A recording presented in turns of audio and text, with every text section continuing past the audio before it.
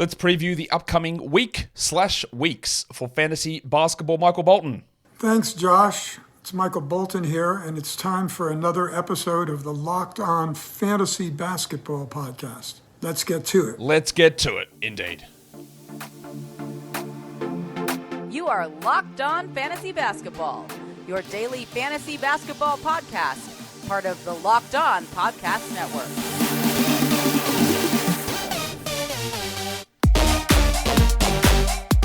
Hello and welcome to the Locked On Fantasy Basketball Podcast, brought to you by Basketball Monster. My name is Josh Lloyd, and I am absolutely devastated by Kylie Jenner's new haircut.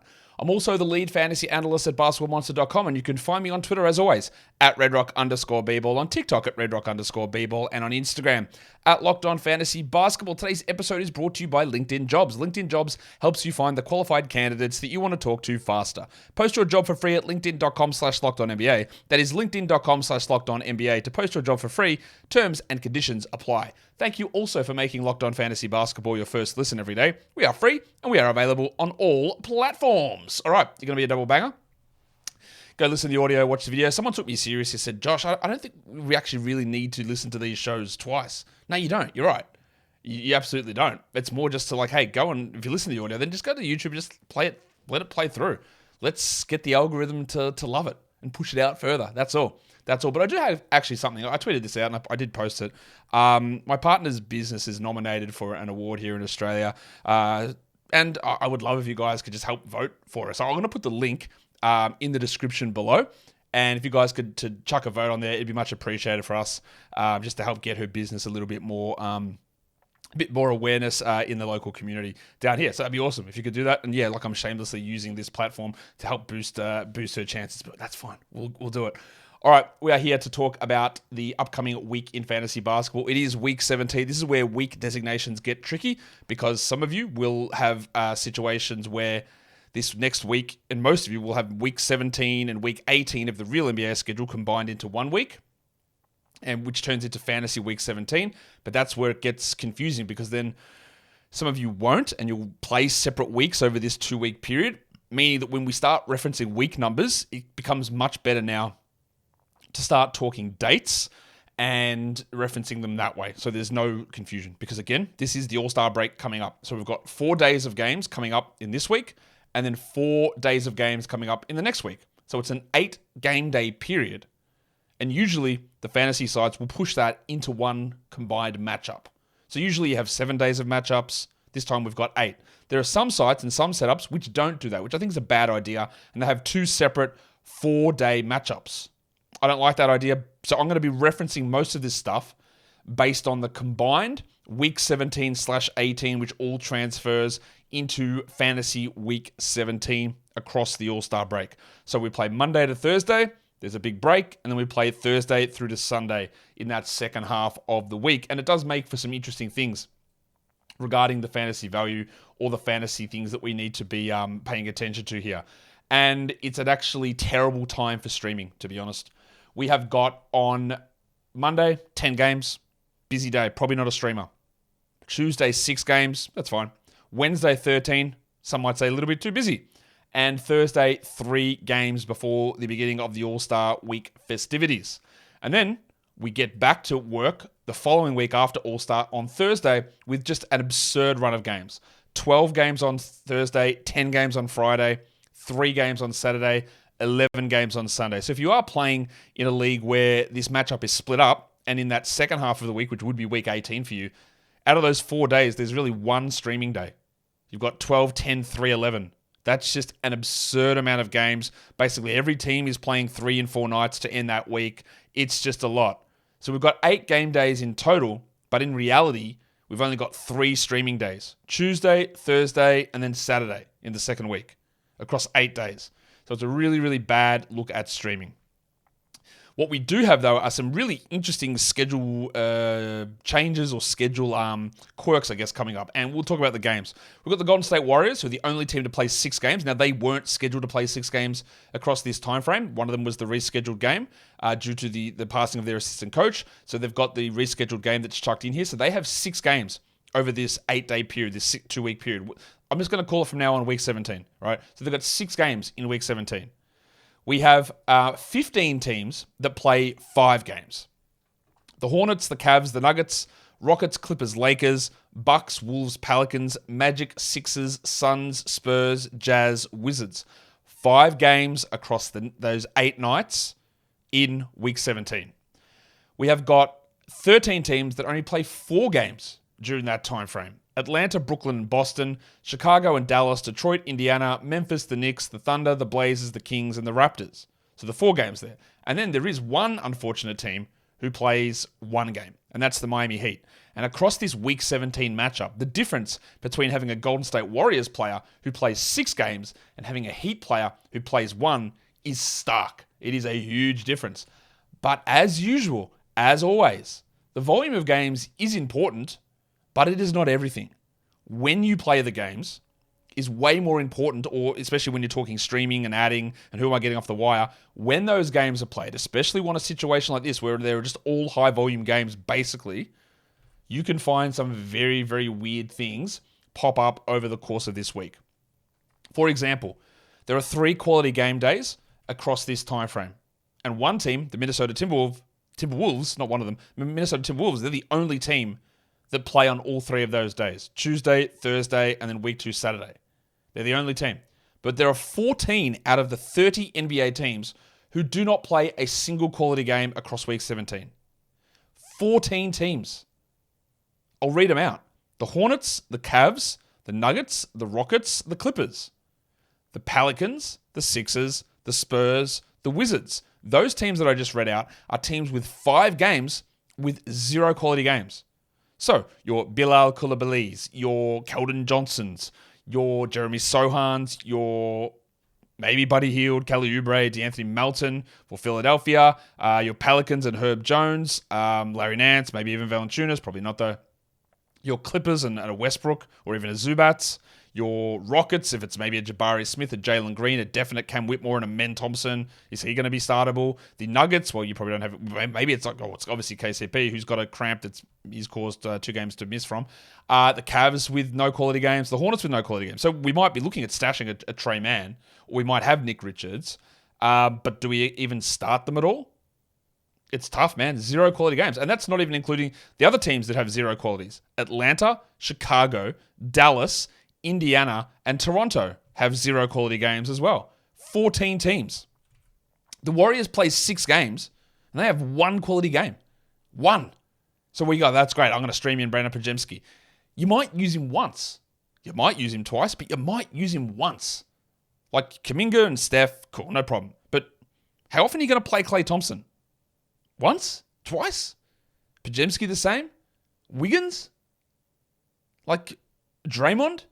It's really bad. Now, 1 seems bad. Remember, the most any team has is 3. So it's not like other teams have got 4 or 5. But it is still a big, big difference.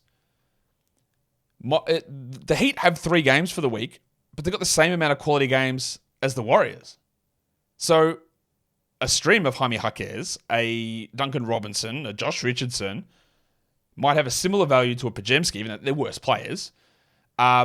Even though they play 3 fewer games for the week. There's a bunch of teams that do have 2 quality games. Milwaukee, Orlando, Brooklyn, Boston, Detroit, and Portland, they have 2 quality games. So behind Minnesota in terms of value of streaming, they're the teams that come in that position. It is just a weird week, and it happens often when we're in this situation with the All-Star break and trying to adjust how the schedule looks. We need to pay attention to it. Today's episode is brought to you by LinkedIn Jobs. When you are hiring for your small business, you want to make sure you find the quality professionals who are right for your role. That is why you should be checking out LinkedIn Jobs. LinkedIn Jobs has the tools to help you find the right professionals for your team faster and for free. LinkedIn isn't just another job board. LinkedIn gives you access to over 1 billion professionals, making it the best place to hire. It gives you access to those professionals that you can't find anywhere else. Hiring is easy when you have that many quality candidates. So easy, in fact, that 86% of small businesses get a qualified candidate within 24 hours. It's a pretty high success rate. LinkedIn knows that you are, as a small business owner or a hiring person, you're wearing so many different hats. You are dealing with staff ongoing staff problems, HR problems, marketing issues, front-facing customer stuff, and then you've got to deal with getting the right staff in for hiring. Well, LinkedIn helps to make that easier for you. Post your job for free at linkedin.com/LockedOnNBA. That is linkedin.com/LockedOnNBA to post your job for free. Terms and conditions apply. All right, let's go back through the next part of the schedule. We've looked at those quality games. Again, a very weird week. Just all be aware of this. In terms of the stream zone and how we're approaching streaming for the week, we've only got the 3 quality games across 8 days. You can, at the start of the week, just add a Minnesota Timberwolves player because they play every quality game. So maybe this is the time for a Naz Reid. It is time for Jaden McDaniels. It might be value in Monte Morris in that position. It might be Kyle Anderson, Nickeil Alexander-Walker. And then you've got the rest of your ads. And most leagues, you'll have to check your individual settings, but most leagues won't change your amount of waiver ads. Usually for the entire 2-week period, you will have the same amount of ads. The 4 ads, it's 1 matchup, 4 ads per matchup. Some sites, and I believe ESPN does this, they will bump up your ads. Now, I think the default on ESPN is 7 ads per 7 days. And correct me if maybe I'm wrong on this. Correct me if I'm wrong, but I think they make it so it's 14 ads. I could be completely wrong on that. I don't play on ESPN. I haven't for a long time. But I know that someone mentioned to me that when there was a week the other day when there was only 6 days worth of games, that they only gave them 6 ads, which seemed pretty crazy. So I know Yahoo doesn't change that. You still get the set amount of ads, although I don't think Yahoo changes it either, where once Sunday ticks over, your ads don't get reset. But be aware of it, that you don't actually have that many stream opportunities. So it doesn't really matter how many ads you get. If you get 8 of them, or 7 of them, or 14 of them, you're not going to use them for streaming. You can't use them for streaming. So pay more attention to getting guys and stashing them, because the All-Star break is a massive time where a few things happen. Obviously, there's a big break, but injuries heal up. You're in a situation where it's a very easy marker for teams to go, yeah, you'll be back after the break. Very easy time for that. It's also a really interesting time where teams, coaches, front offices can get down and sit down and go, all right, where are we? What are we doing realistically? What should we do to prioritize the final 30 games of the season, 25 games of the season, whatever it is? What do we do? Do we change our rotations? There'll be certain teams that come out. I don't even know what it will be or who it'll be, but they'll say, all right, this guy's actually just not in our rotation anymore. We're prioritizing these guys. So look for your bad teams to make big changes, of big rotation moves. Someone moves into the starting lineup and you'll hear an announcement, yeah, he will be our starter rest of season. Nick Smith, Trey Mann come to mind in Charlotte. Maybe it's one of those guys. I don't know. Maybe it is Bilal or it's Corey Kispert in Washington who's going off at the moment. It's one of those guys, yeah, we're prioritizing them rest of season. In Detroit, who knows? Everyone's pretty young there, but there are certain changes that start to happen. So use your extra ads to sort of pay attention to that, but also to look at the guys that are hurt that might be coming back after the All-Star break. Speaking of injuries and being hurt, 2 things happened that were interesting. The injury designation on LaMelo Ball's injury was always called soreness. They've changed the wording to say tendinopathy. Now, I guess that's sort of a similar thing. Tendinopathy is just like an issue with your a pathy is an issue, an illness, a dysfunction, say, with a tendon, an ankle tendon. It's similar stuff. But in my mind, from my finely tuned idiocy of watching this crap for years and years and years, is that when teams make that little tweak to verbiage, it's for a couple of reasons. It's to give them cover to keep a player out longer, because tendinopathy sounds more serious than soreness. It's like going from bruise/contusion to strain or whatever else they want to call it. That change in terminology gives an air of seriousness to it, giving more of an excuse to maybe keep him out longer. I don't know. I know LaMelo's been doing some pre-game warm-ups. It seems ridiculous, but that slight change is a little worrying to me. It's just a small thing, but let's watch it. The other one is that we were supposed to be getting reevaluations on Marcus Smart and Desmond Bane after the All-Star break. I think their evaluation dates were like the 22nd and 25th of February, around that time. There was a discussion with Zach Kleiman after the trade deadline yesterday, and when asked about those guys, his response was, they have no timetable. Again, we've talked about no timetable not meaning much in the past, because it just means that they're not telling you the date. But the thing that's really important to me there is they had a reevaluation date. There was a 6-week reevaluation date on, 5 weeks of Smart, 6 weeks of Bane. And we're closing in on that, and now it's like, actually, no timetable. So pay attention to that. Remember that nonsense story about Desmond Bane working to cut his recovery time in half and be back in 3 weeks from a grade 3 ankle sprain, which was clearly garbage at the time, and that's what I called out as garbage at the time. And that 3 week has passed. We're 4 weeks past that now. I, again, don't think that he will play any meaningful games the rest of the season. I don't know that at all, but as soon as that injury happened, that was my read on it. And again, we are trending towards that. With this, again, just slight little things that fly under the radar. They might turn out to be completely false. But sometimes, like I've say this all the time, right? That players, managers, people love to talk. They love to give you bits of information, but they won't always give you the proper information, or they won't give it to you fully. They sometimes try to make you work for it, but people love speaking. Oh, I know this. What about this? I'll tell you this. And they'll just give little bits and pieces out. Like Zach Kleiman, I'm sure, knows. Speculation time, speculation zone. Right. I'm sure Zach Kleiman knows there is no way in the world that Desmond Bane is returning this season. Right. This is complete me making this up, but this is how I'm presenting a hypothetical. I think he knows there's no chance that Desmond Bane is returning. But in order to not fall foul of the player participation policy, in order to still provide some hope or faith for Grizzlies fans, they're not going to come out and say it, but he knows. Des, go out there, do some practice, show your face around, get a bit of hype up, whatever. We do this, but deep down he knows. So then when these little things come out, sometimes the human nature makes you, like you have the urge to just say the truth, but still couching it behind a level of lies. I know I'm getting very deep in the weeds here. So he probably is like, bro, like Des is not coming back, but it's like, oh, when's he come back? Oh, no timetable. Like, we could have just said reevaluation 6 weeks. Is this getting a little conspiracy theories? I guess it is, yeah. I guess it is. So just be aware of that. Just be aware that if you are... Also, Grizzlies fans, if you're watching this, and Grizzlies fans in general, nearly everyone I've interacted with, they don't want Desmond Bane and Marcus Smart to come back. Not that I don't like them playing or don't think they're good players. Like, we don't need you back, bro. We get a high lottery pick. Let's run things out. Let's see what Pippen does. Let's see what GG does. Let's see what Vince Williams does running the show the rest of the season. That is what the majority of Grizzlies fans that I know want. Shut JJJ down. That's the feeling that I get. So just be cautious of those two things. The small little bits of info regarding LaMelo, regarding Bane, regarding Smart. Be aware of it.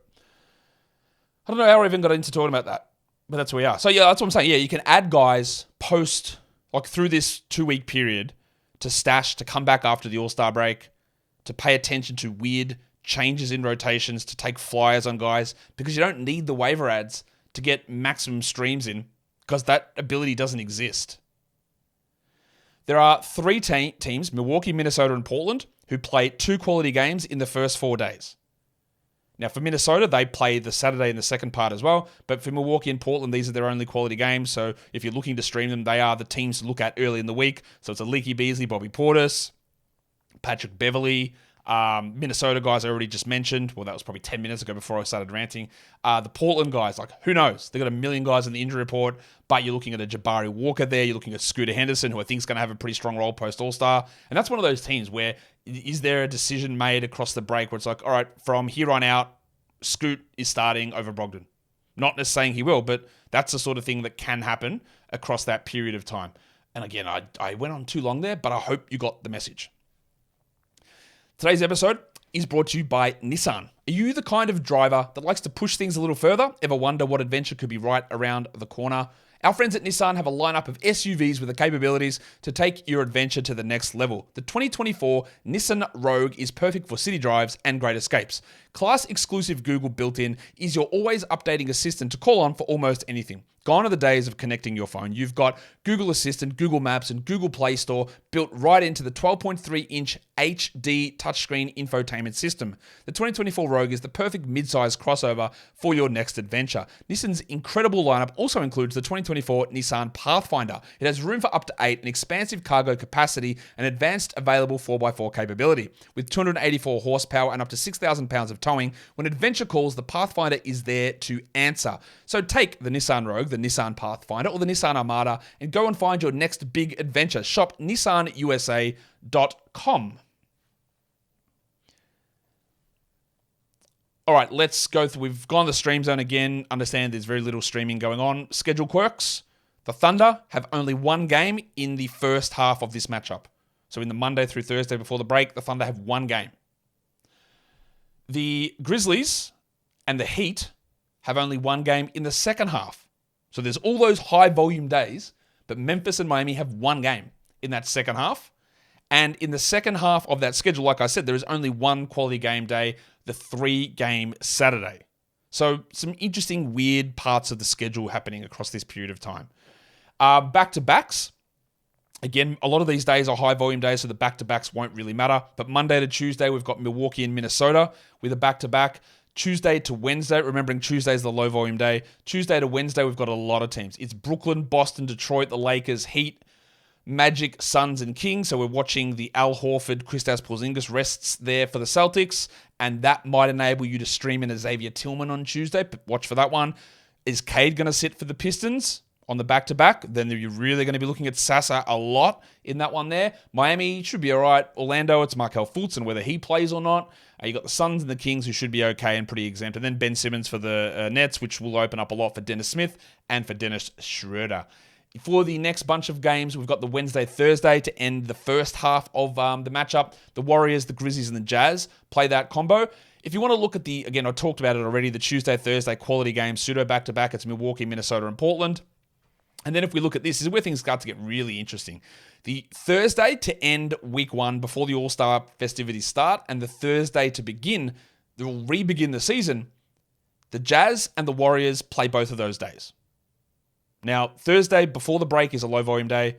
Thursday after the break is not, but the Warriors and the Jazz play that combination. So if you've got a Warriors guy, you'll play him Thursday before the break, and then you'll get a chance to use him again after the break, depending on how your roster looks. But it gets more interesting than that afterwards, because if you go to the Wednesday and Thursday in the first half of the matchup, and then go to the Thursday to begin the second half, the Warriors and the Jazz play 3 consecutive days. Wednesday, Thursday, Thursday. And for the Warriors, it's even more. They play 4 days in a row. They play Wednesday, Thursday, All-Star break, Thursday, Friday. Now, that's because of the rescheduled game between the Warriors and the Jazz. But for fantasy basketball purposes and NBA game days, the Warriors are playing 4 consecutive days. Wednesday, Thursday, Thursday, Friday. So the 4 game days in a row, the Warriors are going to be on.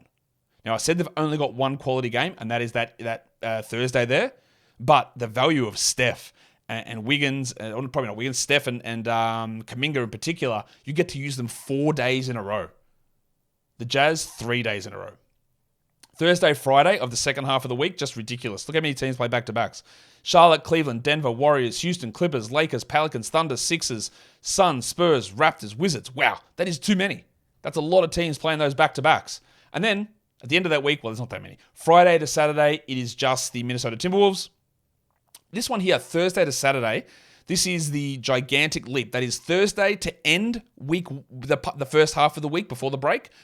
And then the next quality game is the Saturday of the second half. And the only team that has that combination is Minnesota. Like we said, they're the only team that has the 3 quality games. So they're the only team that has that gigantic pseudo back-to-back. And then the weekend to end things out, it's only the Magic that have the Saturday, Sunday back-to-back. So again, an incredibly weird schedule this week. I'm not going to go through and tell you who plays 3 games in 4 nights, because it's all so messed up with so many days in between that the load on players is not as high as what it would be in a normal situation. So we're just going to skip that part. If we're in a weekly league, these guys are all worth adding and starting for this 2-week period.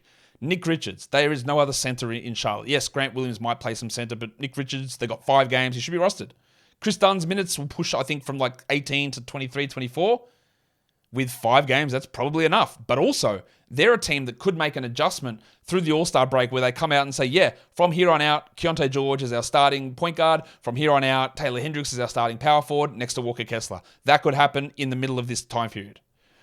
Pajemski with the 6 games, Keontae George with the 5. We're just watching that to see if they make any change. His minutes might push 2 to 3 up. There's still going to be issues with his game, of course. Marvin Bagley, we just got to roster him, I believe. I think he is more important than Rashawn Holmes. And then Jeremy Sohan with the 5 games there as well.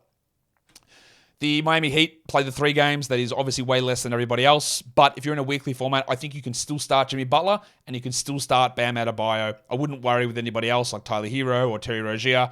Butler and Adebayo, the 2 guys that I would be looking at in that situation. And that brings us to the end of the week 17/18/All-Star break fantasy matchup. Go ahead and double bang, subscribe, thumbs up, leave your comments, ring the notification bell. And guys, we are done here. Thank you so much for watching, everyone. See ya.